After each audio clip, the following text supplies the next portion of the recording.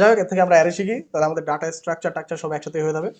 তো অনেক সময় আমাদের এমন হয় যে আমরা একাধিক মান যদি নিতে চাই, সেটা একই ডাটা টাইপের যদি হয়, তো সেক্ষেত্রে যেমন আমরা ধরি ইন্ট আমরা ডাটা টাইপ নিচ্ছি, তো আমরা ইন্ট এ কমা B comma c comma D কমা ই এমন লিখতে পারি। আর যেটা লেখাটা একটু একটু বিরক্তিকর, দেখা গেল যে আমাদের 100টা সংখ্যা চলে আসলো, সেক্ষেত্রে আমাদের 100টা নেওয়া লাগবে।